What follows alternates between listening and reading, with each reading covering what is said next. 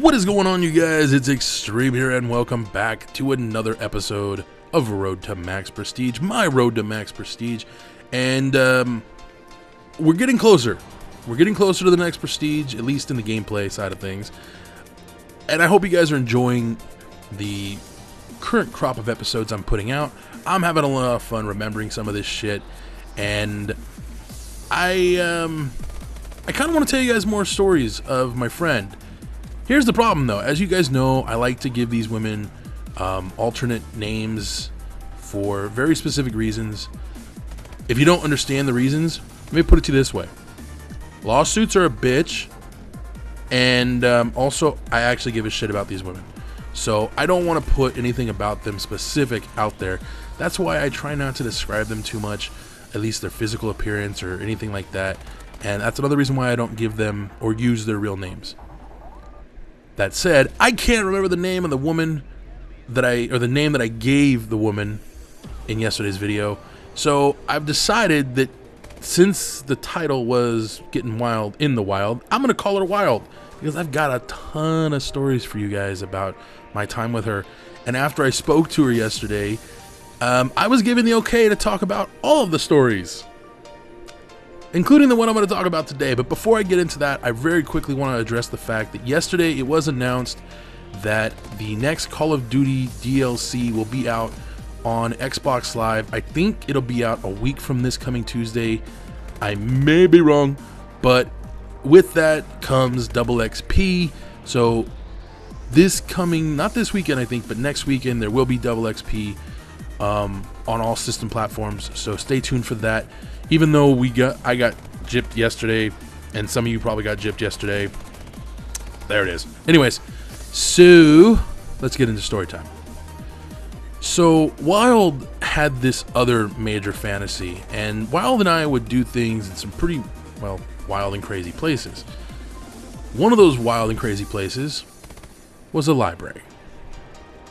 Yes, that kind of a library, you know, with books where you have to be quiet. Just one problem.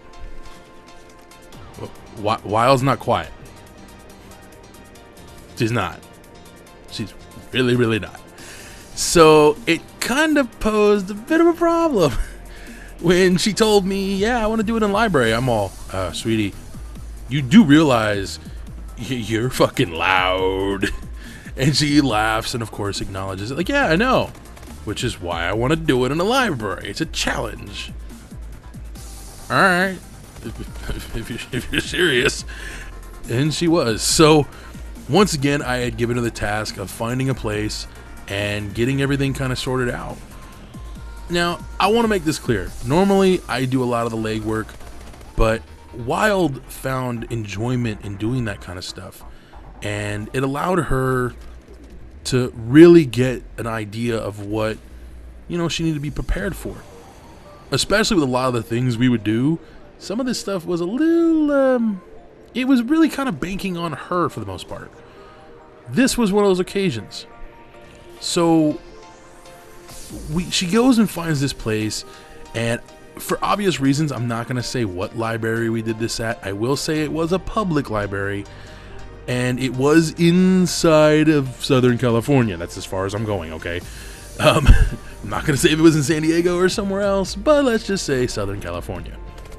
So, we go to this library, and the first obvious hurdle was her, I guess you could say, noise limit. You know, we had to get that dealt with.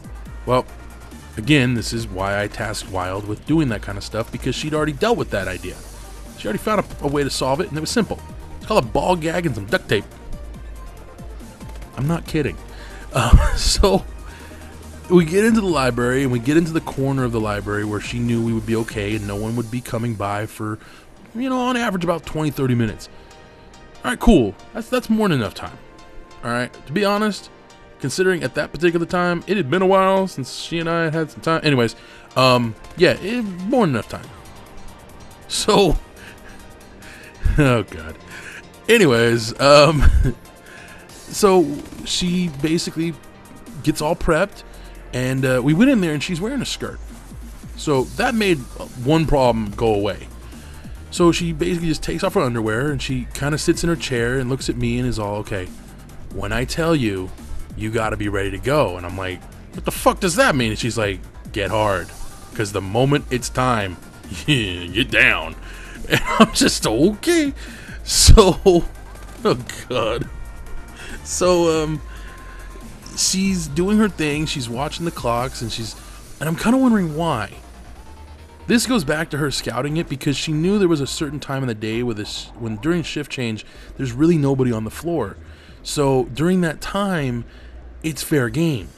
You know, you can get away with murder, basically, is how she saw it. So we do our thing, and prior to, literally minutes before, I'm talking like maybe 2-3 minutes before it's time, she pops the ball gag in, pulls off a strand of duct tape, sticks it on her mouth, pulls her panties off, lays on the floor, looks at me and goes, mm-hmm. And I'm just like, what the fuck? Like, all right, here we go. So we start doing our thing, and everything's going great. There's just one major problem. Now, while being loud, it normally isn't an issue. In fact, most of the places we would do stuff at, it never was an issue. But in this instance, it wasn't the issue of her being loud, but I kind of take my cues from my partner, and when I can't understand my partner or hear my partner, it tends to make things very difficult. Thus was the case here. So all I can hear is, well, I'm not going to give you an exact replication of it, but this was essentially I don't know how else to put it, but that's pretty much all I heard. Muffled sounds that were actually even more muffled because she was actually trying to be quiet. So we do our thing, and we're going at it for about 20 minutes, and then all of a sudden, again, I have no idea if I'm doing a good job, if she's getting off, if she's enjoying herself. I have no fucking clue, because she's not moving, she's not doing anything. Well, I mean, when she's moving, but for the most part, she's not really moving. It's kind of, she just laying there, trying to keep quiet, and she's trying so hard to stay quiet that eventually something happens, and all I notice is she arches her back insanely high, starts to fucking, like, I swear to God, she starts having a fucking seizure or something, and then just collapses and passes out. Yeah, I kind of panicked at that moment, because here I am on top of this beautiful woman who's got her panties off, a ball gag, and a thing of duct tape on her mouth. Yeah, I'm thinking, oh shit, I'm a dead man walking. I get her up, get her in a chair, put her skirt down. I get her in a position to where it looks like she just took a nap on the chair, okay? She eventually comes back around, looks for me, and realizes I'm sitting behind her. And she's like, oh my God, that was the greatest ever. We can never do this again, though. And I'm all, I agree, never again. Never, never, never again. We would do it again, and it was a huge mistake. And I'll have to share that story with you guys next time. So, until then, thank you guys for joining me. Hope you guys enjoyed this one. If you did, let me know in the comments below. Till next time, adios! And 2, I didn't want to deal with some kind of random animal or bug or something crawling up my asshole while I'm trying to fuck someone. And anyways, oh my God. So, I gave her the list. She was able to do that. And for those of you that are new around here, I live in California. So finding a place like, you know, that's safe to get away with something like this, and that we could be at for over 24 hours without getting caught and all that fun stuff, that's not entirely easy. You know, I live in Southern California. There's not a lot of foresty areas in Southern California, at least in the area that I live in. So